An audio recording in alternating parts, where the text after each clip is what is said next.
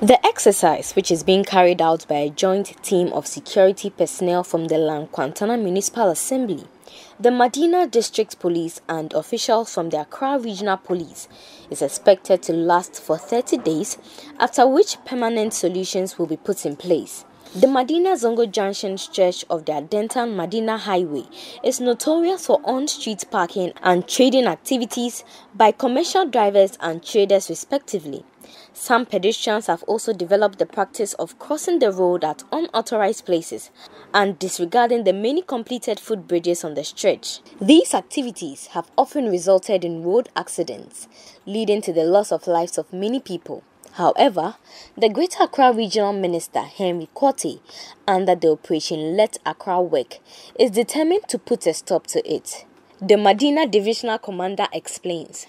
There's a decision to give a permanent solution to the problem by erecting a wire mesh, but that one will take some time. So as a temporary measure, that's why the police personnel will be there to ensure that every individual will use the footbridge. Once you refuse, and then we actually politely ask you to do and you refuse and you become too difficult, then definitely arrest will follow, and then prosecution will also follow later. But as for now, we are comfortable with the situation. The men are there, and then I think everything is okay.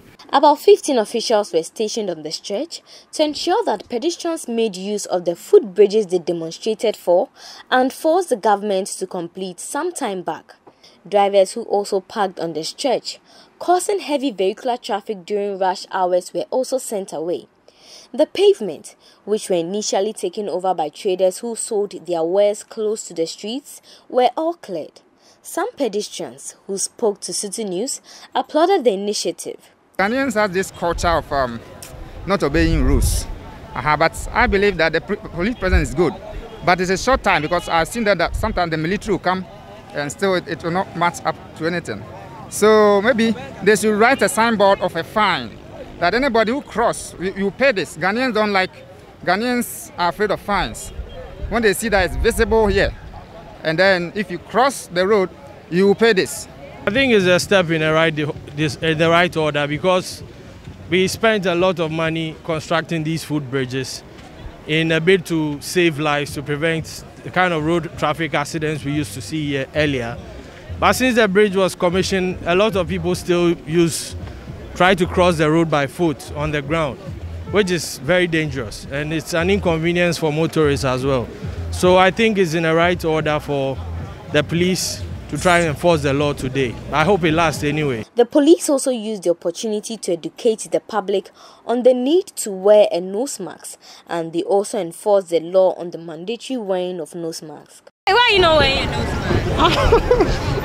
Why are you not wearing a nose mask? You say? Why are you not wearing the nose mask? Why should you let the police enforce you to wear it? I can't breathe well. You can't breathe well? Are you sure? But you know that the coronavirus is a very dangerous virus. If it gets you, you are going to fall sick. Do you know that? I know that. So why don't you sacrifice and wear it? But this thing will make me get a sickness too. It will make you get the sickness. Where did you hear that from? But if you can't breathe well, that one should be some sickness again. It's breathable. The mask is breathable. You can breathe through it. Yes. Okay. So from now on, are you going to wear your mask? Yeah. The police are going to be on the street to enforce that? Yeah. From now on going. Why are you also not wearing it? I've left my own in the house. You did what?